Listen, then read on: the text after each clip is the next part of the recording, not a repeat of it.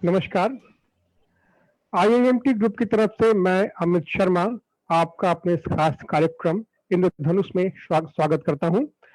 हम सप्ताह के सातों दिन ये प्रोग्राम आपके लिए लेकर के आ रहे हैं।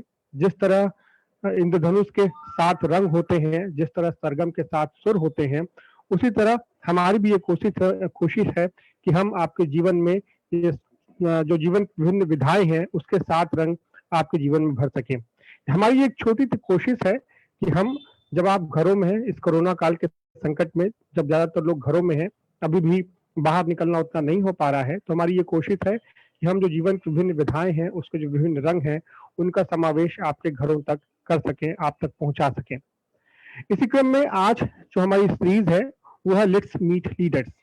आज हमारे साथ इस सीरीज में मौजूद हैं श्री केतन देशपांडे जी। केतन देशपांडे जी सोशल एंटरप्रेन्योर हैं, एजुकेशनिस्ट हैं और इस फील्ड में काफी नाम है इनका। केतन जी, बहुत बहुत स्वागत है आपका। मैं थोड़ा परिचय आपको दे दूं केतन जी के बारे में। केतन फाउंडर है, सीईओ और फाउंडर एंड सीईओ है friends union for energising lives यानी फ्यूएल के। बहुत छोटी उम्र में, महज 19 साल की उम्र में इन्होंने फ्यूएल की स्थापना की थी, उसकी नींव डाली थी और पिछले कुछ सालों में ट्रिमेंडस ग्रोथ हुई है इसकी संस्था की। ये संस्था फ्यूचर स्किल और एजुकेशन के क्षेत्र में काम करती है और आज जो इसकी कम्युनिटिव आउटरीच है वो 1 मिलियन यूथ के, वो अराउंड 1 मिलियन यूथ के करीब है। जो ये पूरी ग्लोबली ये संस्था ग्लोबली काम करती है और जो दुनिया भर के जो यूथ है उनको एड्रेस करती है, उनको बताती है कि किस तरीके से वो अपने फ्यूचर स्किल्स को और डेवलप कर सकते हैं। केतन देशपांडे जी एमबीए हैं, सिम्बायोसिस इंटरनेशनल यूनिवर्सिटी से इन्होंने अपनी एमबीए की डिग्री ली है। इसके अलावा ही इज फेलो एट जजेस business school Cambridge university, United kingdom. अपने काम के लिए इन्हें काफी अप्रिशिएशन भी मिला है। भारत के भूतपूर्व राष्ट्रपति श्री एपीजे अब्दुल कलाम जी से भी इन्हें अप्रिशिएशन मिल चुका है। इसके अलावा कई अवार्ड्स भी इनको मिले हैं। अशोका फेलोशिप अवार्ड जैसा प्रेस्टिजियस अवार्ड इन्हें मिला है। जो टॉप 25 सीएसआर इम्पैक्ट लीडर्स हैं उसमें इनका नाम शुमार हो चुका है और इसके साथ ही इंटरनेशनल एरिना में ये भारत को कई बार रिप्रेजेंट कर चुके हैं। आज जो हम चर्चा करेंगे वो हम बात करेंगे फ्यूचर स्किल के बारे में, कि जो यूथ है वो किस तरीके से, जो नया कॉर्पोरेट सेक्टर डेवलप हो रहा है और उसमें जो नई स्किल्स चाहिए यूथ को, वो किस तरीके से उसको डेवलप करें। वो स्किल्स पहले तो हम ये जानेंगे कि वो स्किल्स क्या क्या है। यूथ को ये बात समझनी पड़ेगी कि किन स्किल्स की जरूरत उनको पड़ेगी आगे अपने प्रोफेशनल लाइफ में और वो किस तरीके से उसको डेवलप करें। अभी से वो किस तरह से उन चीजों पे अलर्ट हो जाएं ताकि आने वाले समय में वो एक अच्छे प्रोफेशनल के रूप में न सिर्फ अपना बल्कि अपने देश का भी नाम कर सके। केतन जी, मैं आपका सबसे पहले तो मैं आपसे ये जानना चाहूंगा कि एक महज 19 साल की उम्र में आपने फ्यूएल की स्थापना की, ये कैसे हुआ, क्या विचार आपके मन में आया था, किस तरह की सोच आपकी उस वक्त थी? बहुत बहुत धन्यवाद अमित जी। सबसे पहले मैं आईआईएमटी के सभी टीचर्स, स्टूडेंट्स सबको धन्यवाद देता हूं कि उन्होंने मुझे ये मौका दिया आपसे वार्तालाप करने का। I am very thankful to all of you. Amit ji, आपने बहुत ही मन का सवाल पूछ लिया है कि आपने 19 साल की उम्र में ये कैसे शुरू किया। दरअसल इसके पीछे एक कहानी है। इस कहानी में एक ऐसा ट्विस्ट है कि मुझे भी अपनी जो करियर और एग्ज़ाम के बारे में जानकारी होनी चाहिए थी। वो जब मैं पूना में एक छोटे से शहर से पढ़ने के लिए आया तो जानकारी मेरे तक पहुंची नहीं थी और मेरी एक अपॉर्चुनिटी मैंने खो दी थी। और जब मैंने ये सोचा कि ऐसी अपॉर्चुनिटी अगर मैं खो देता हूँ अगर बड़े शहर में आकर, तो ऐसे मेरे कई जूनियर फ्रेंड्स होंगे, वो भी ऐसी अपॉर्चुनिटीज़ को खोते होंगे जानकारी के अभाव से। और ऐसे में मेरे में ख्याल आया कि क्यों नहीं मैं एक ऐसे बुक बनाऊं जिसमें ये सारी इन्फॉर्मेशन उस वक्त हो। उस वक्त डिजिटल का ज़्यादा ज़माना नहीं था तो किताब लिखनी है ऐसा मन में आया और मैंने वो किताब लिखी। लगभग 56 पेजेस की वो किताब लिखी और उसको काफ़ी सराहा गया और वो एक कॉपी मैंने डॉक्टर अब्दुल कलाम जी को दी, पोस्ट से भेजी थी।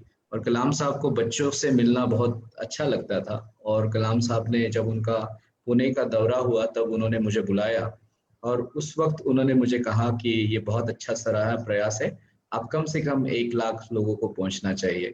और इस तरह से वो जर्नी शुरू हुई। आगे लाइफ में 3 से 4 बार कलाम साहब से मिलने का मौका मिला। हर बार उन्होंने मेरा बार बढ़ाया, 1 लाख से 5 लाख, 5 लाख से 10 लाख। इस जर्नी में मेरे मेंटर भी जुड़े, संतोष, जो मुझे काफ़ी हेल्प करते गए, और इस तरह से ये जर्नी शुरू हो गई और आज 10 लाख युवाओं को पहुंचा है। उन्होंने मुझे एक बहुत इम्पोर्टेंट सलाह दी थी जब मैंने उनसे कहा था कि क्या मैं इतना कर पाऊंगा, तो उन्होंने कहा था, एक जब एक इंसान मर जाता है तो उसे कंधे के लिए 4 लोग मिल जाते हैं, आप तो एक जिंदा दिल इंसान हो, आपको तो 4 से ज्यादा लोग मिल ही जाएंगे। और उस इंस्पिरेशन टॉक से this recognition started and the organisation started, Amit ji. जी जी बिल्कुल। और सही बात है, जो कारवां आपने शुरू किया था वो धीरे धीरे काफिला बनता चला और आज इतनी बड़ी संस्था खड़ी हो गई है जो इंटरनेशनली काम कर रही है। खासकर जो युवा है, जो यूथ है हमारा, उसको आप एड्रेस करते हैं, उसको बताते हैं, सिखाते हैं कि किस तरीके से वो अपने जीवन को और बेहतर बना सके, अपने किन कौशल को, किन क्षमताओं को विकसित कर सके, ताकि आने वाले जीवन में वो जो कॉर्पोरेट सेक्टर है वहां पर वो बेहतर काम कर सके। तो केतन जी, मैं आपसे जानना चाहूंगा कि वो क्या-क्या चीजें हैं जो युवाओं को जरूरी होती हैं और किस तरीके से वो अपनी क्षमता का विकास कर सकते हैं? बहुत ही उम्दा सवाल आपने पूछा, और इसके लिए एक मेरी स्मार्ट प्रेजेंटेशन भी है, तो मैं क्या वो दिखा सकता हूँ अभी? जी बिल्कुल बिल्कुल बिल्कुल जी। ठीक है, तो मैं वो प्रेजेंटेशन आप सबको दिखाता हूँ। अ, ये जर्नी मैंने जैसे कि बताया आपको कि जर्नी शुरू हुई थी और अभी इतने सारे कॉलेजेस तक हम पहुंचे हैं, we have reached so many colleges. What are the some of the skills that are needed in future, and what is the need of the hour for those skills? AI ML के आपने सभी ने सुना होगा, और इसमें कहते हैं artificial intelligence, machine learning, blockchain, big data, digital marketing, ऐसे सब नए स्किल्स आजकल कॉरपोरेट क्षेत्र में देखे जा रहे हैं। और आप देख रहे होंगे कि कई इंजीनियरिंग कॉलेजेस और यूनिवर्सिटीज और मैनेजमेंट कॉलेजेस में इस तरह स्टूडेंट्स का ध्यान दे रहे हैं। They are keeping a lot of attention to that, and there are 55 plus future skill job roles which are currently getting leaded, and which is what I wanted to show you all, that how corporate India is looking at these opportunities. And if you look at this at a broader scale, एक ऐसे कौन से क्षेत्र है जहां पर आप अपना अच्छा करियर कर सकते हो? 3D प्रिंटिंग है, बिग डेटा एनालिटिक्स है, इंटरनेट ऑफ थिंग्स है, virtual reality, robotics process automation, artificial intelligence, social और मोबाइल में यूएक्स डिजाइनर और टेस्टिंग इंजीनियर और social engagement manager, cloud computing, और ऐसे 55 नए जॉब रोल्स उभर कर आ रहे हैं। तो बहुत अच्छे से टेक्नोलॉजी बढ़ रही है। जैसे आज हम लोग इस पे जूम ऐप पे बात कर रहे हैं, और कुछ दिन पहले ही आपने सुना होगा कि हमारे देश में रिलायंस ने जियो मीट लॉन्च किया है। इस तरह से टेक्नोलॉजी काफ़ी चेंज हो रही है, इंडिया के प्रोडक्ट्स बाहर आ रहे हैं, और हो सकता है हमारा अगला बात जियो मीट पे भी हो। तो इस तरह से टेक्नोलॉजी एडवांसमेंट हो रही है, इनोवेशंस हो रहे हैं, और फ्यूचर स्किल्स के तरफ कॉर्पोरेट कंपनियों का ध्यान है। मैं आपको एक बात बताना चाहता हूँ कि जो 10 साल पहले अपने करियर और जॉब रोल्स थे, वो अभी कम होके नए जॉब रोल्स और अपॉर्चुनिटीज आ रहे हैं। सोशल मीडिया का प्रभाव काफ़ी बड़ा है, कंज्यूमर बिहेवियर पैटर्न ऑनलाइन के ट्रेंड्स की वजह से काफ़ी चेंज हो रहा है। ऐसे वक्त हमें वो जॉब रोल्स और जॉब स्किल्स को लेना ज़रूरी है जो सोसाइटी और इंडस्ट्री में उसकी डिमांड हो। नैस्कॉम एक ऐसी बॉडी है जो इस पर सर्वे करती है, और सभी आईटी ऑर्गेनाइजेशंस की उसमें मेंबर्स होते हैं, और उन्हीं के ये टास्क फोर्स से ये जॉब रोल्स आपके सामने मैं आपको बता रहा हूँ। मेरी संस्था फ्यूल भी नैस्कॉम फ्यूचर स्किल्स के साथ कुछ काम कर रही है, जिसमें हमने ये सब आगे बच्चों तक पहुंचने का काम हम कर रहे हैं, और ऑनलाइन ट्रेनिंग के द्वारा ये जॉब रोल्स उनको पहुंचाने की कोशिश कर रहे हैं। मैं आपसे और एक ध्यान आकर्षित करना चाहता हूं कि एक ऐसे समय जहां पर हमारी पैंडेमिक हुआ है, आगे की नए ट्रेंड्स हमें पता नहीं है, तो इस वक्त सभी बच्चों को एडजेसेंट स्किल्स डेवलप करना बहुत ज़रूरी है। कुछ लोग मानते होंगे कि ट्रैवल एंड टूरिज्म सेक्टर बहुत ही खराब तरीके से अफेक्ट हुआ होगा, मगर जो ट्रैवल एंड टूरिज्म सेक्टर के जो स्किल्स होते हैं, जिसे कहते हैं कस्टमर केयर रिप्रेजेंटेटिव, या कस्टमर केयर स्किल्स जिसे कहते हैं, वो स्किल्स सिर्फ ट्रैवल और टूरिज्म इंडस्ट्री में ही काम नहीं आने वाले हैं, वो कई अनेक क्षेत्र में भी काम आ सकता है. So we need to have adjacent skills of the sectors which are badly affected. Also, there are some sectors which are moderately affected, which would recover in few days or few months to come. And there are severely affected sectors like automobile and aviation and airline industry. And my advice would be try to avoid the severely affected sectors for some time, because that may not be the right sector for you if you are having immediate pressure of joining jobs. If you are joining moderate and not severely affected sectors, that will be a good way to do it. So Amit ji, ये I think initial मेरे सवाल का आपका जवाब है, जी आप आगे भी पूछ सकते हैं. Thank you. जी बिल्कुल। तो ये जब आपने बिल्कुल सही बताया कि जो अभी पैंडेमिक सिचुएशन है जिस तरह की कोरोना के समय, उस समय एक भ्रम की स्थिति है कि आगे क्या होगा, ये इस बारे में किसी को ठीक से पता नहीं है। ये माना जा रहा है कि दुनिया बहुत कुछ बदल रही है, जो आने वाला समय था जिसमें धीरे-धीरे जो बदलाव आ रहा था, वो बदलाव अचानक बहुत तेजी से हो गया है। टेक्नोलॉजी का बहुत जोर दिखाई पड़ा है हमें। जैसा भी आपने ठीक कहा कि अभी हम आज अभी जूम के ऐप पे बात कर रहे हैं, और रिलायंस ने भी जियो मीट लॉन्च कर दिया है। और इसके साथ ही भारत सरकार ने भी जो चाइना के 59 ऐप्स, 59 ऐप्स वो बैन कर दिए हैं। तो जाहिर सी बात है कि हमारा पूरा जोर जो है वो अब जो हमारे देसी ऐप्स हैं उन पर रहेगा, और नई चीजें आएंगी। हमें अपने देश में उनका विकास करना है। जैसा कि हमारे प्रधानमंत्री श्री नरेंद्र मोदी कहते हैं कि आत्मनिर्भर बनना है, तो वो हर क्षेत्र में होगा। तो इस समय इस सिचुएशन में आपने बताया कि कई सेक्टर जो है वो काफी अफेक्टेड हुए हैं, लेकिन क्या आने वाले समय में ये सेक्टर ऐसे ही अफेक्टेड रहेंगे, या कि इनमें चेंजेस आएगा? जैसे अगर कोई स्टूडेंट है, वो उसका पैशन है ट्रैवल एंड टूरिज्म इंडस्ट्री की ओर, तो क्या उसे अपना पैशन छोड़ देना चाहिए या अपने स्किल्स पे काम करना चाहिए, जिससे कि कुछ समय के बाद ये सेक्टर वापस जब खड़ा हो तो वो उसके लिए तैयार रहे?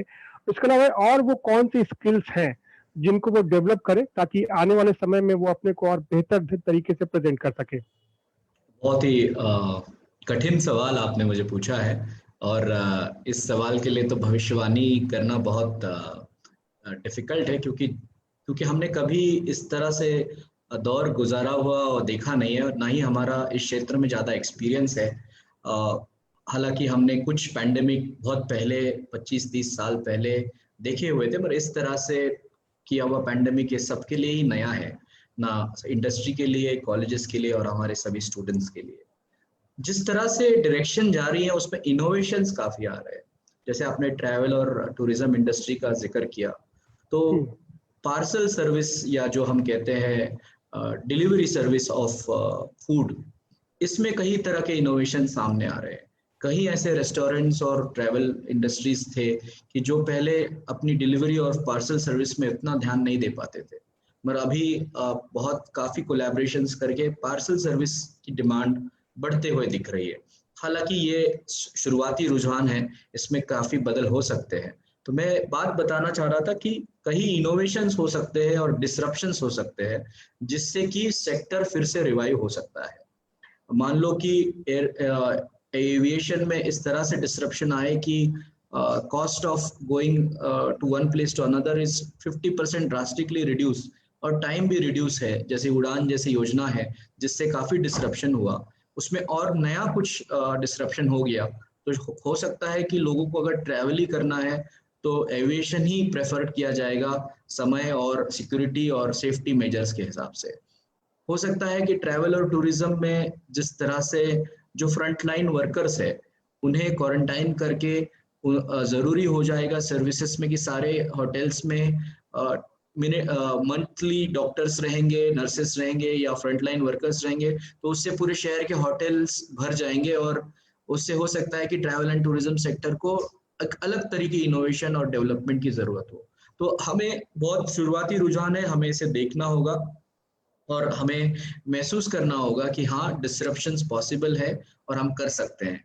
जैसे डेटा और टेलीकॉम में भी हो रहा है कि आमतौर पे इतना जीबी डेटा हम कंज्यूम नहीं करते थे जितना कि आजकल में लॉकडाउन में हम कर रहे हैं. बच्चे, पेरेंट्स, सभी लोग अपना डेटा यूज कर रहे हैं.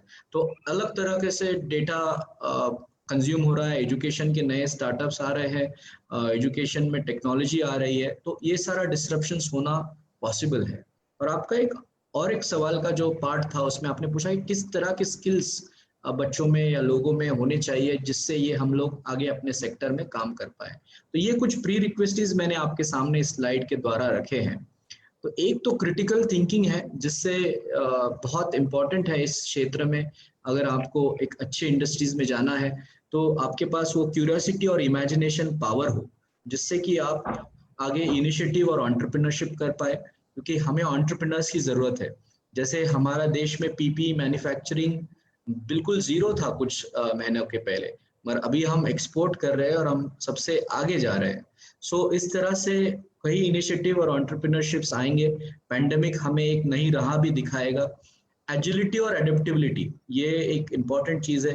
जैसे चेंजेस हो रहे हैं हम सब ने अडॉप्ट कर लिया, हमने ये सब सीख लिया कि वेबिनार करें, बातचीत करें, फिजिकल डिस्टेंसिंग रख के मिले, और हम वो कर रहे हैं। तो ये एजिलिटी और एडेप्टेबिलिटी जो है वो भी बहुत इंपॉर्टेंट है।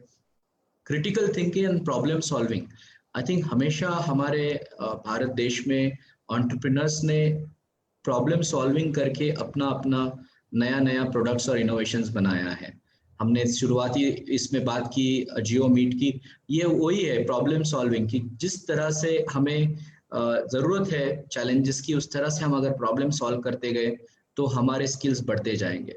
और सबसे इम्पॉर्टेंट हमेशा सभी कॉलेजेस और यूनिवर्सिटीज जिसे जिक्र करते हैं और इंडस्ट्री भी हमेशा बोलती है, वो है effective and oral and written communication. इसकी बहुत ज़रूरत होती है सभी के लिए। और collaboration across networks and leading by influence. और अभी खास करके वर्चुअल मीट्स हो रहे हैं, तो वर्चुअल में आप पीठ पर हाथ रखकर शाबाशी नहीं दे सकते हैं। अभी आपके स्किल्स बदल रहे हैं, आप टीम मैनेजमेंट और कोलैबोरेशन वर्चुअली करना चाह रहे हो, तो आपके वर्चुअल कोलैबोरेशन स्किल्स कैसे है।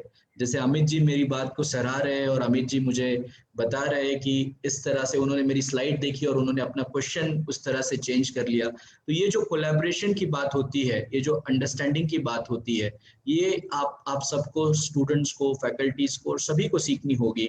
और एक्सेसिंग एंड एनालाइजिंग इंफॉर्मेशन, ये एक इम्पॉर्टेंट ट्रेंड है जिसमें दिख रहा है कि बहुत सारे इंफॉर्मेशंस को एनालाइज करके हमें जजमेंट्स लेते आने चाहिए।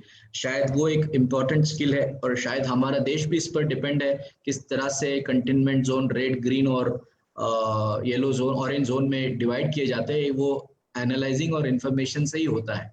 तो मेरे ख्याल से ये 6 स्किल्स है अमित जी, जो बहुत इंपॉर्टेंट है।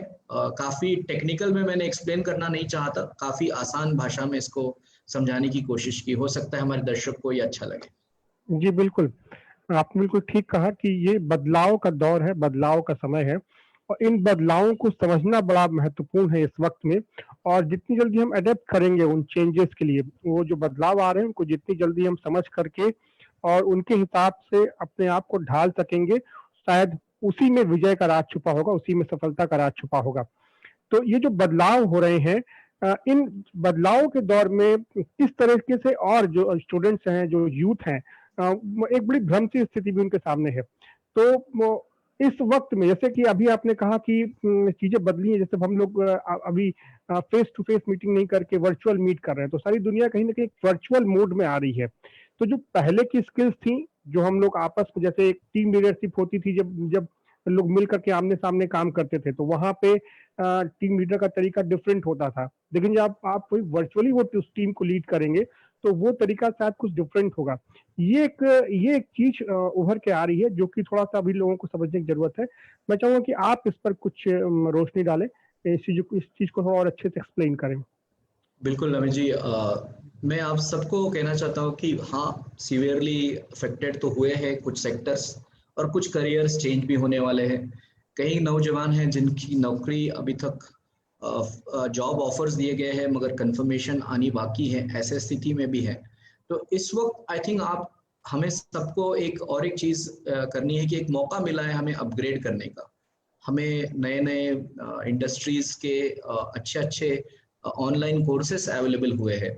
खास करके लिंक्डइन लर्निंग जैसा एक प्लेटफॉर्म है जो आप सब लोग एक्सप्लोर कर सकते हैं, और उन्होंने माइक्रोसॉफ्ट और लिंक्डइन लर्निंग ने एक बहुत ही बेहतरीन प्लेटफॉर्म जारी किया है सभी युवाओं के लिए, और सभी स्टूडेंट्स को जो फ्यूचर स्किल में रुचि रखते हैं, किस तरह से आप जॉब लॉस हुआ है या जॉब लॉस होने की संभावना है उस वक्त क्या आपने करना चाहिए, किस तरह से लिंक्डइन का उपयोग करके आप फाइंडिंग द राइट जॉब और फाइंडिंग द राइट टैलेंट कर सकते हो, इसके बारे में छोटे छोटे कोर्सेस उन्होंने फ्री ऑफ कॉस्ट इन कंपनियों ने जारी किए हैं।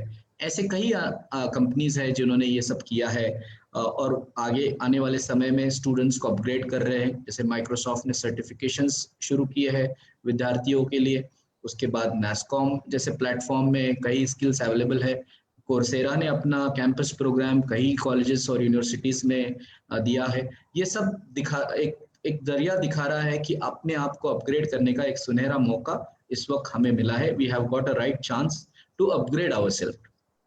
आपने जहाँ तक बात की कि किस तरह से स्किल्स को मॉडिफाई करना चाहिए, किस तरह से स्किल्स को अपग्रेड करके स्टूडेंट्स और यंग लोग अपने आप को डेवलप कर सकते हैं। हमने एक एक्सपेरिमेंट हमारे फ्यूअल में किया था। हमने लगभग 3000 स्टूडेंट्स को इस पैंडेमिक में ऑनलाइन वर्चुअल ट्रेनिंग से जोड़ा है, और उनको हमने सबसे पहले कहा कि आप आपका डिजिटल प्रोफाइल जो है, जो लिंक्डइन है या जॉब साइट सर्च है, उसमें बहुत बेहतरीन करिए, जिससे आपको पता चले कि आपके स्किल्स क्या है, आपके एंडोर्समेंट्स क्या है, आप किस तरह से कौन से ट्रेंड्स में कहाँ जॉब्स उपलब्ध है। इसमें आप लिंक्डइन से जैसा प्लेटफॉर्म है जहाँ पे आप बहुत सारे ट्रेंड्स बता सकते हैं, और मैं आप सबके माध्यम से ये स्क्रीन शेयर कर रहा हूँ जहाँ पर 2020 के इमर्जिंग जॉब्स इन इंडिया, ये एक लिंक्डइन ने एक अपना बिजनेस रिपोर्ट निकाला है, जो मैं गुजारिश करूंगा कि आप जरूर इसे देखें। इसमें आने वाले डिजिटल स्किल्स कौन से होने चाहिए, कौन से शहरों में जॉब्स ज़्यादा है और कौन से शहरों में किस लेवल के जॉब्स है, उसके बारे में भी जानकारी दी गई है। तो अगर आप इसे अच्छे से पढ़ेंगे तो आप सबको इसके बारे में बहुत जानकारी होगी। ऐसे अनेक रिपोर्ट्स है, मगर मैंने एक रिपोर्ट दिखाने की आपको कोशिश की है, so that you will B knowing that what kind of direction you should be prepared for getting those emerging jobs in India and emerging placements in India। एक बात कहना चाहता हूँ कि आपको पता होगा कि somewhere you will have to start। अगर हम पतंग उड़ाते हैं तो पतंग उड़ाने से पहले हमें कहीं ना कहीं पतंग को शुरुआत करनी पड़ती है, और वो पतंग जब हवा में उड़ता है तब हम उसकी मजा लेते हैं कि हाँ भाई पतंग उड़ रही है अभी, मगर अगर हमने वो पतंग उड़ाने की शुरुआत ही नहीं की होती तो पतंग नहीं उड़ती। सो कहीं ना कहीं हमें शुरुआत करनी होगी। बहुत सारे लोग बोलते हैं मेरे लाइफ में मुझे ये करना है, मुझे बहुत अच्छा इंसान बनना है, मुझे लाइफ में बहुत अच्छे पैसे कमाने हैं, मुझे पोजीशन कमानी है। मैं हमेशा एक सवाल हमारे सभी स्टूडेंट्स को पूछता हूँ, अगर आपको माउंटेन क्लाइंब करना होगा तो आप क्या करोगे?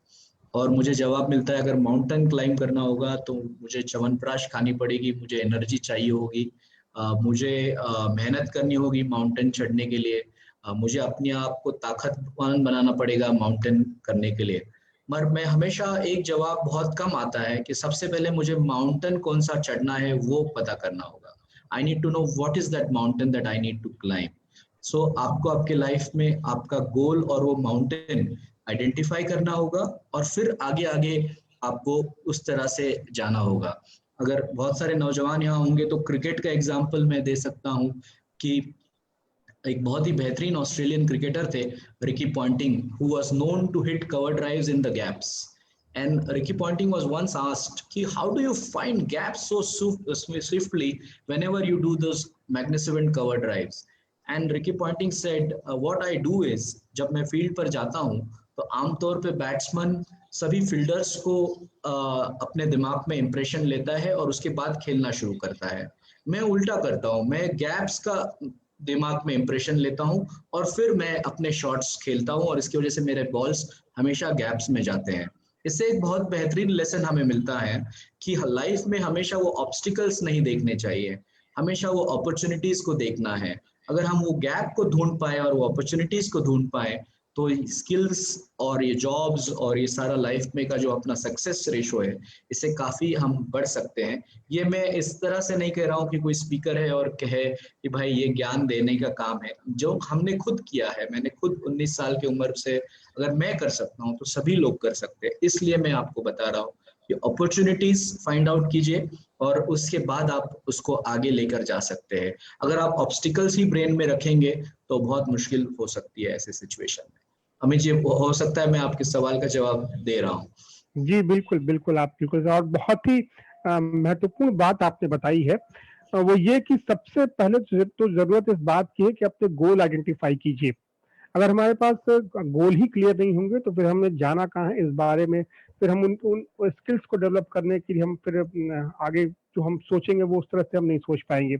जैसे अगर मैं कहूँ कि अगर हम स्टेशन पे जाते हैं तो वहां पे कितनी सारी गाड़ियां आती रहती हैं जाती रहती है और हमें यही नहीं पता हो कि हमें किस स्टेशन पे जाना है, यहाँ से किस स्टेशन पे जाना है, तो हम कंफ्यूज हो जाएंगे। जीवन भी शायद उसी तरीके का होता है, जहाँ तमाम लोग आ रहे हैं जा रहे हैं, मगर आप जब अपने टिकट लेकर के स्टेशन में पहुंचते हैं तो आप अपने गंतव्य स्थान तक ही पहुंचते हैं। तो बहुत ही ये महत्वपूर्ण बात आपने बताई।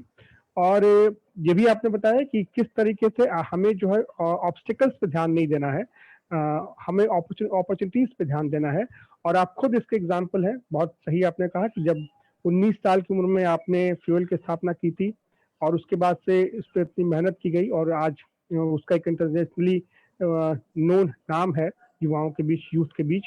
तो अगर अपॉर्चुनिटीज की हम चर्चा को देखेंगे, जो अवसर है उन अवसरों को देखेंगे तो जरूर हम आगे बढ़ेंगे, अपने गोल तक पहुंच पाएंगे। अब अगर मैं एक और चीज आपसे समझना चाहूंगा कि कई टियर होते हैं, जैसे हमारे यहाँ जो यूथ है वो अगर उनको हम थोड़ा सा डिवाइड करें, जैसे कुछ मेट्रो शहर हैं, मेट्रोज हैं, बड़े महानगर, दिल्ली, मुंबई, कलकत्ता, इस तरह की, कोलकाता, इस तरह के शहर हैं।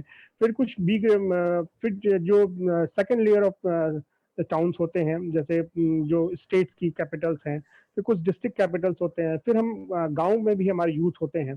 तो हर लेवल पे अगर हम देखें, हर लेयर पे कहीं ना कहीं अपॉर्चुनिटीज अलग अलग होती हैं, जो अवसर होते हैं वो अलग अलग होते हैं। मगर इस ग्लोबल होती दुनिया ने इस दूरी को शायद कम करना शुरू किया है।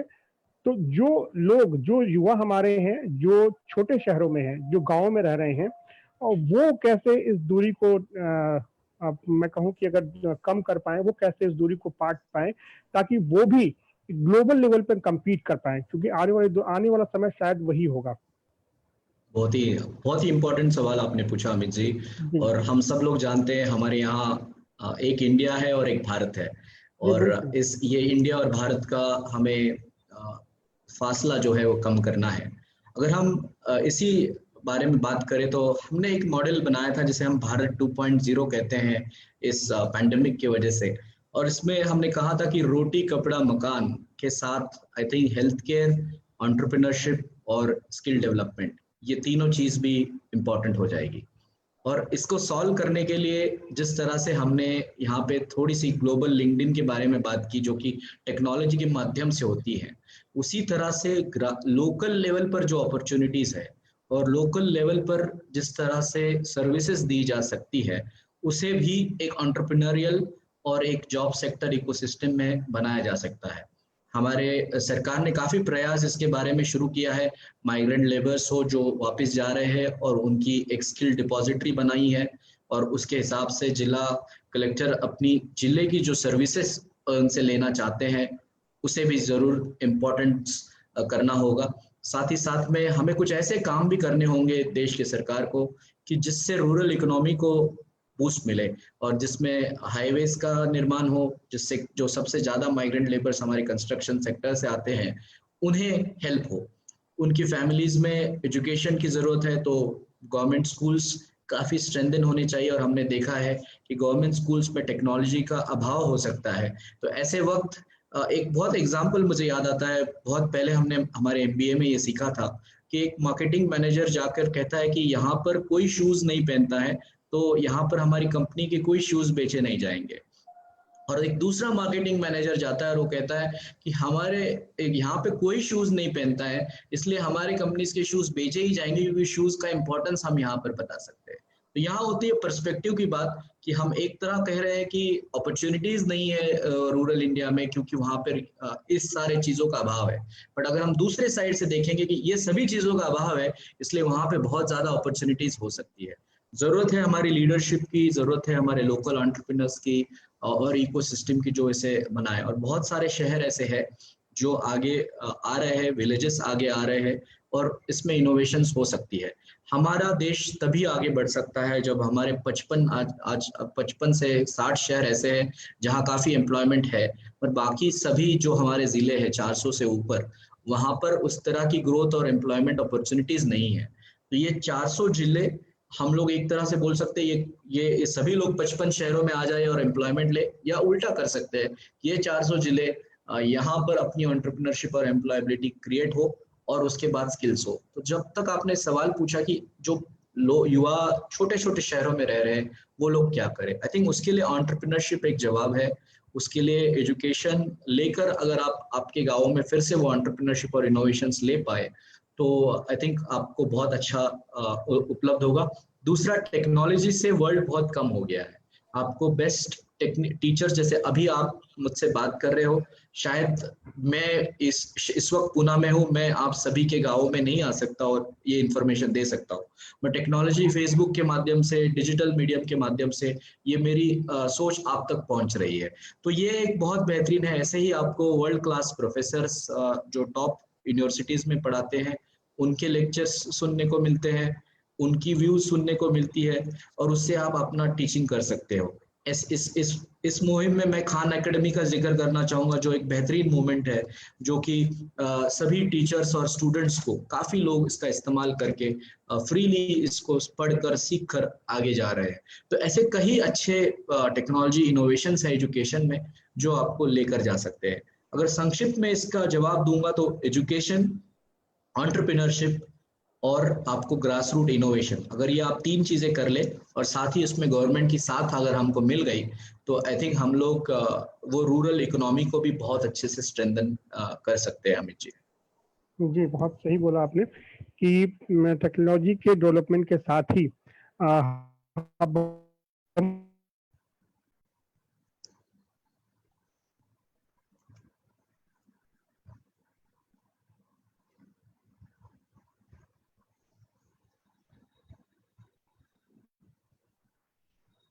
हम उस दौर में हैं जहाँ पर कि छोटे शहरों और गांवों के लोग भी अपने आप को ग्लोबली कनेक्ट कर सकते हैं। जैसे अभी आपसे बात करने के साथ ये उतना संभव नहीं था।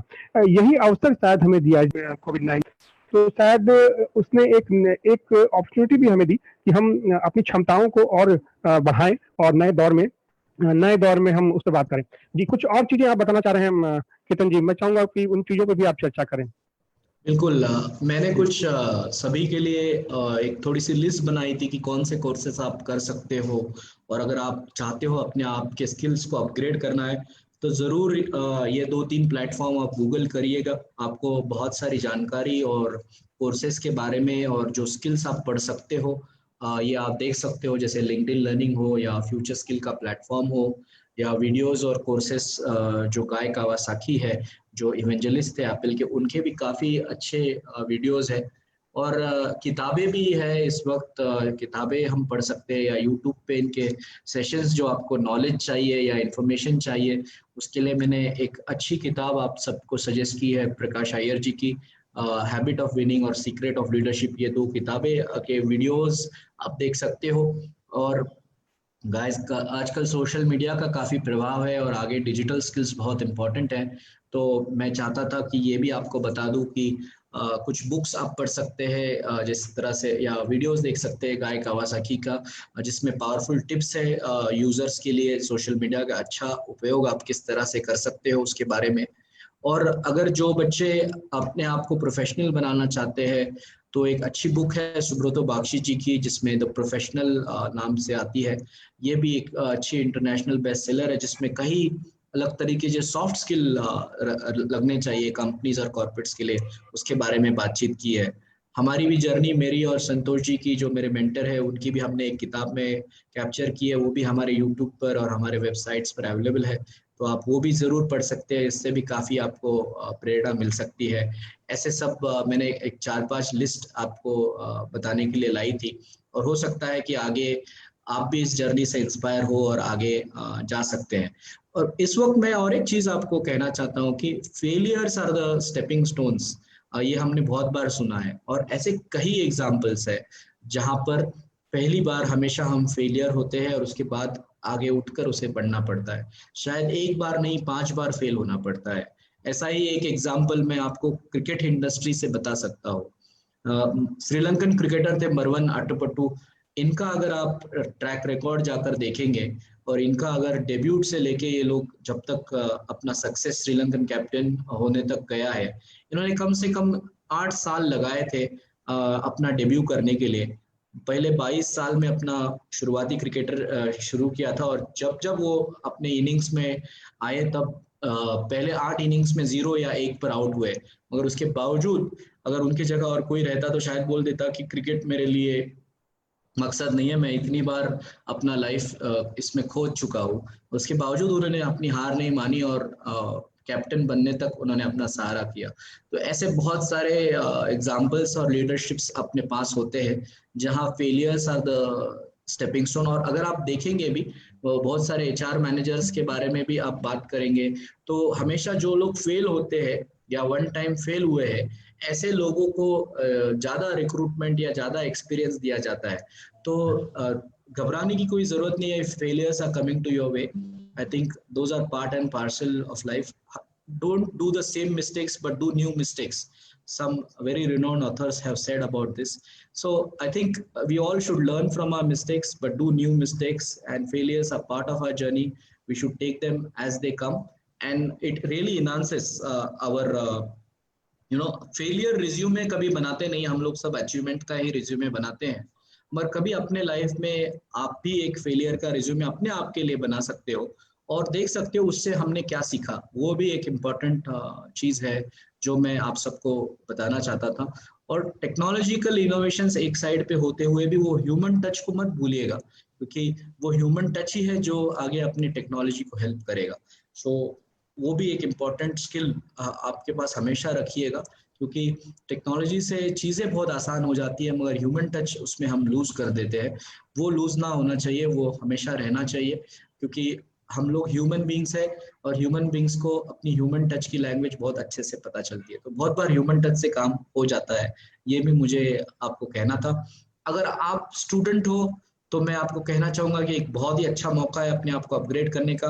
अगर आप प्रोफेशनल हो और कंपनी में काम कर रहे हो तो ये भी बहुत अच्छा मौका है अपने आप को अपग्रेड करने का। और एक जो आदमी पूरे सेटल्ड है और अपनी लाइफ में सक्सेस मानता है, उन्हें भी ये मौका है अपने आप को और एक तरीके से अपग्रेड करने का। सो पैंडेमिक ने एक हमें अपग्रेड करने की अपॉर्चुनिटी दी है, वो हम कर सकते हैं, ऐसा मैं आप सबको इस मौके पे कहना चाहता हूँ। Over to you Amit ji. जी बहुत अच्छी बात आपने बताई अभी केतन जी कि हम लोग सब अपना अचीवमेंट रिज्यूमे बना के रखते हैं, मगर फेलियर रिज्यूमे भी बहुत जरूर बनाना चाहिए ताकि हम ये समझ सके कि हमने गलतियां कहाँ की। और एक इम्पॉर्टेंट बात आपने ये भी कही कि don't repeat the same mistake. अगर हम एक ही गलतियों को बार बार रिपीट करेंगे तो शायद फिर हम सुधार नहीं ला पाएंगे खुद में। मगर जो सबसे इम्पोर्टेंट बात मुझे आपकी लगी वो ये लगी कि जो आपने कहा कि टेक्नोलॉजी के दौर में उसमें ह्यूमन टच देने की जरूरत है। शायद यही हमें समझना चाहिए कि हम लोग टेक्निकल तो होते जा रहे हैं, टेक्नोलॉजी से जोड़ते तो जा रहे हैं, मगर कहीं ना कहीं वो ह्यूमन टच उसमें जो है वो उससे दूर हो रहे हैं। मैं थोड़ा चाहूंगा कि आप इस बात को, इस पॉइंट को थोड़ा और एक्सप्लेन करें, क्योंकि शायद यही वो पॉइंट होगा, यही वो चीज होगी जो आपको इस टेक्नोलॉजी के दौर में भी दूसरों से अलग बनाएगी। बहुत ही सही मुद्दा है और इस पर काफी काम हो रहा है। हम लोग ह्यूमन टच मैं इसलिए कह रहा था क्योंकि जिस तरह से मैं अभी अमित जी से बात कर रहा हूँ और मुझे उनके सवाल और मैं उनको जवाब दे रहा हूँ, एक अलग सा ह्यूमन रिलेशनशिप हमारा डेवलप हो गया है और हम लोग एक दूसरे को जानने लगे हैं। मगर इस जानने के वक्त क्या हम अमित जी से फिर मैं टच में रहूंगा और फिर मैं उनसे बातचीत करूंगा और मैं उनके लिंक्डइन प्रोफाइल के माध्यम से या फेसबुक के प्रोफाइल के माध्यम से उनसे बातचीत करते रहूंगा, आप सब ठीक है। वो कभी कभी ऐसा भी होता है कि दोनों के पास एक दूसरे के लिए कुछ काम ना हो, मगर बस बता दे कि हाँ मैं आपके लिए हूँ और आप मेरे लिए हो। ये इतना ही बहुत बार बहुत इम्पोर्टेंट होता है। और हमने पिछले कुछ दिनों में फिल्मी इंडस्ट्री में जो घटनाएं हुई हैं वो देखी है। शायद बहुत बार वो ह्यूमन टच ना होने के कारण और हम अकेले बन जाते हैं, उसे हमें दूर करना है। और वो बहुत इंपॉर्टेंट है, क्योंकि फ्रस्ट्रेशन और डिप्रेशन में अगर आपकी लाइफ हो गई तो आप कितना भी सक्सेसफुल हो, मगर आपको अगर बोलने वाला ह्यूमन टच ना हो तो क्या होता है, ये हमने पिछले 1-2 महीने में बहुत सारी घटनाएं देखी है। सो मेरी सभी यूथ से अपील है कि बहुत बार चैलेंजेस बहुत छोटे होते हैं, आप उसे एक्सप्रेस कीजिएगा, अपने लाइफ में एक मेंटर रखिएगा। जैसे मेरे लाइफ में हमेशा एक मेंटर आए, संतोष जी, जिन्होंने मुझे मैं अपना एक्सपीरियंस शेयर करता हूँ, उन्होंने कभी मुझे ऐसा नहीं कहा कि तुम ये अच्छे से कर सकते हो तो यही करो। उन्होंने मुझे हमेशा, मैंने जो आइडिया उन्हें बताई उसमें आप कर सकते हो, आप आगे बढ़ो, I am sure you will be able to do it, इस तरह से गाइडेंस दी, जो कि उस वक्त बहुत इंपॉर्टेंट होती है कि कोई आप पे यकीन करे और कहे कि हाँ भाई आप आगे बढ़ो।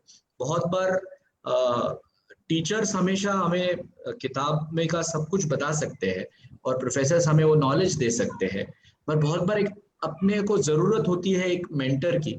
वो मेंटर जो आप उसको शेयर करें, वो आपके रिलेटिव हो सकते हैं, आपके फ्रेंड हो सकते हैं, आपके प्रोफेसर भी हो सकते हैं, मगर बहुत बार आपको वो इंसान जो बोले कि हाँ आप अच्छा कर रहे हो, आप आगे बढ़ो, आई थिंक वो वाला ह्यूमन टच बहुत जरूरी है। और लाइफ में एक मेंटर रखना बहुत इंपॉर्टेंट है, और बहुत सारे मेंटर्स रखना भी घातक है, ये भी एक इम्पोर्टेंट है, क्योंकि आप अपने देश में सभी भगवान की हम पूजा करते हैं और यूनिटी रखते हैं, मगर हमें जो बहुत करीबी लगता है उसके साथ हम और ज्यादा जुड़ते हैं। इसी तरह से आपको मेंटर और मेंटी का रिलेशनशिप भी रखना होगा। आप सभी को एक गुरु स्थान रख सकते हैं, आज गुरु पूर्णिमा है और सबको आपका गुरु मान सकते हैं, मगर आपको एक हमेशा एक मेंटर रखना होगा जो आपको सही दिशा दिखाए। हो सकता है वो हर साल बदले भी, मगर एक की सलाह पर आप जरूर चलिएगा, सो दैट आप उससे कॉन्फिडेंस मिल पाए। और ये एक बहुत डिफिकल्ट सिचुएशन है, मेंटर मिलना भी और मेंटी मिलना भी, ये दोनों मिलना थोड़ा सा हमारे देश में डिफिकल्ट है, क्योंकि ये कंसेप्ट बहुत पुरानी है गुरु और शिष्य के बीच की, मगर वो कहानी अभी आगे टेक्नोलॉजी की वजह से लूज होती है। मगर आप लोग इस पर अगर काम करेंगे तो जरूर आपको सक्सेस मिलेगा, ऐसा मुझे लगता है अमित जी। जी, आपने बिल्कुल ठीक कहा कि आज गुरु पूर्णिमा है और हमारे देश में तो गुरु और शिष्य की जो परंपरा रही है, वो तो सनातन काल से रही है, काफ़ी पुरानी रही है। और कहीं न कहीं उन परंपराओं से जो हम जुड़े हुए रहते हैं, तो हम अपना आत्मिक विकास भी कर पाते हैं। इस पैंडेमिक दौर में कोरोना का काल का जो संकट आया, उसमें आपने बिल्कुल सही कहा कि डिप्रेशन की सिचुएशन बहुत बढ़ी है, अवसाद बहुत बढ़ा है, निराशाजनक स्थितियाँ काफ़ी पैदा हुई हैं। और ऐसे में अगर आपके साथ कोई खड़ा है, आपको समझाने के लिए, आपको बताने के लिए, आपको प्रोत्साहित करने के लिए कोई मेंटर आपका है, तो निसंदेह इन स्थितियों से आप उबर पाते हैं, उससे बाहर निकल पाते हैं। तो ज़रूरी है कि कोई अपना आप मेंटर ढूँढिए और उसके साथ जुड़े रहिए, कनेक्टेड रहिए। और टेक्नोलॉजी में एक ह्यूमन टच वाली बात आपने बहुत अच्छी कही है। शायद उसी के क्योंकि टेक्नोलॉजी में ये ज़रूर होता है कि जुड़ाव हमारा बहुत लोगों से हो जाता है। फेसबुक पे हमारे पास हज़ारों की संख्या में फ्रेंड्स हो जाते हैं। मगर जब हमें ज़रूरत पड़ती है तो शायद 2, 4, 5 लोग भी अच्छे जिनको हम वाक़ई फ्रेंड कहते हैं, दोस्त कहते हैं, वो शायद नहीं मिल पाते हैं। तो ये ह्यूमन टच कैसे डेवलप करना है, मेरे ख्याल से ये एक बहुत इम्पोर्टेंट चीज़ है, जो आजकल के युवाओं को, यूथ को सीखनी चाहिए। और जब ह्यूमन टच को टेक्नोलॉजी में ऐड कर लेंगे, तो इस टेक्नोलॉजी का बेहतर और बेहतरीन उपयोग वो कर पाएँगे। चेतन जी, हमारा समय अब हो रहा है, तो मैं आप चाहूँगा कि एक बार हम लोग पूरी जो बातें हमने आज की हैं उसको रिकैप कर लें, फिर से समझ लें अपने यूथ के लिए। मैं एक बहुत सिंपल सा आसान सा सवाल फिर से आपसे करना चाहता हूँ कि कोई स्टूडेंट है जो अभी कॉलेज में है, तो वो अपने आप की किन स्किल्स को डेवलप करे? एक पल हम लोग फिर रिकैप कर लेते हैं। किन स्किल्स को डेवलप करें? शॉर्ट में फिर से आप बता दीजिए और किस तरह डेवलप करें? थैंक यू अमित जी, बहुत ही इम्पोर्टेंट सवाल। और सभी युवा जो इसको देख रहे हैं, जरूर आप देखिएगा, अपॉर्चुनिटीज बहुत सारे हैं लाइफ में, आपको बहुत सारे अपॉर्चुनिटीज आएंगे। ये पैंडेमिक भी एक अपॉर्चुनिटी की तरह देखिए और ऑब्स्टिकल की तरह नहीं। आपको अपने स्किल्स अपग्रेड करने हैं, अनेक क्षेत्र में काफी एडजेसेंट स्किल्स की जरूरत है, और यही मैं आपको स्लाइड्स पे बता रहा हूँ। क्रिटिकल थिंकिंग, एनालिसिस और प्रॉब्लम सॉल्विंग, ये 3 चीजें बहुत इंपॉर्टेंट है। इस एटीट्यूड को आप जरूर डेवलप करिएगा। आप में क्यूरियोसिटी और इमेजिनेशन होना चाहिए।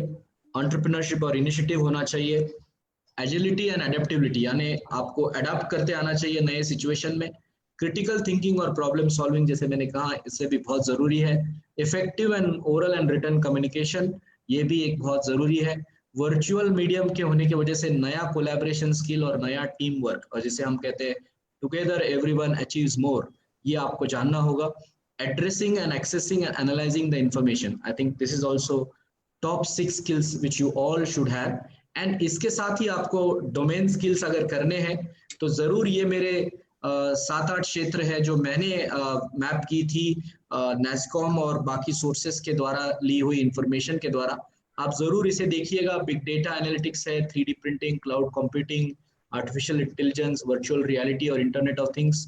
ये थोड़ी इंजीनियरिंग और मैनेजमेंट की तरफ झुकाव है इस स्लाइड का, मगर ऐसा नहीं है कि आप इसी क्षेत्र में कर सकते हो, मगर इससे अलाइंड जो क्षेत्र है वो क्षेत्र की तरफ भी आप ध्यान रख सकते हो। और डिजिटल स्किल्स एक बहुत इंपॉर्टेंट है, लिंक्डइन पर आपकी प्रोफाइल होना बहुत जरूरी है, लिंक्डइन में आपके कनेक्शंस भी काफी ठीक रहने चाहिए, वो भी जरूरी है, जरूर ढूंढिएगा। और एक नई स्किल हर वीक या हर मंथ जरूर आप लर्न कीजिए so that you can upgrade yourself and achieve more. मैं आप सबको शुभकामनाएं देना चाहता हूं और मेरे संस्था का नाम है friends union for energising life, तो हम सब मित्र मिलकर इसको यूनियन करके एनर्जाइज किया है, वही हमने काम किया है। अमित जी और आईएमटी के सभी ग्रुप के सभी प्रिंसिपल्स, टीचर्स और डायरेक्टर्स और स्टूडेंट्स को मैं धन्यवाद देता हूं कि आपने मुझे ये अपॉर्चुनिटी दी और आपसे मौका मिला। जरूर जुड़िएगा हमसे फेसबुक के माध्यम से या लिंक्डइन के माध्यम से, मैं भी आपके सुझाव और क्वेश्चंस का वहां पर भी जवाब दूंगा। बहुत बहुत धन्यवाद अमित जी। जी बहुत बहुत धन्यवाद चेतन जी, आज इतनी मूल्यवान और महत्वपूर्ण बातें आपने बताई हम लोगों को। जो मुझे उम्मीद है और यकीन भी है कि जो भी युवा, जो भी यूथ इस प्रोग्राम को देख रहा होगा तो वो जरूर आज लाभान्वित हुआ होगा, काफी बेनिफिट हुए होंगे उसे इस प्रोग्राम को देखने का। जो एक और इम्पोर्टेंट बात जो आपने बताई थी वो कि एक गोल डिफाइन कर लिया जाए पहले, सबसे पहले शुरुआती दौर में ही, और फिर ये तमाम सेक्टर्स आपने बताए कि किन सेक्टर पे हम लोग काम करें और आने वाला भविष्य किस ओर ले जा रहा है, फ्यूचर स्किल हमारे क्या हैं और किस तरीके से जो यूथ है, जो यूथ है या जो बाकी प्रोफेशनल्स भी हैं वो अपने आप को उन फ्यूचर स्किल्स के लिए अपने आप को तैयार कर सकें। चेतन जी, आज आप हमारे इस कार्यक्रम में शामिल हुए, आपका बहुत बहुत हृदय से आभार कि आपने इतनी अच्छी और महत्वपूर्ण बातें बताई। हम आपको फिर बुलाएंगे और दोबारा भी आपसे जो ज्ञान आपका ज्ञान लेना चाहेंगे अपने युवाओं के लिए। तब तक के लिए भी हम आपसे आज्ञा चाहेंगे। बहुत धन्यवाद। बहुत धन्यवाद आपका जी। Thank you sir. नमस्कार।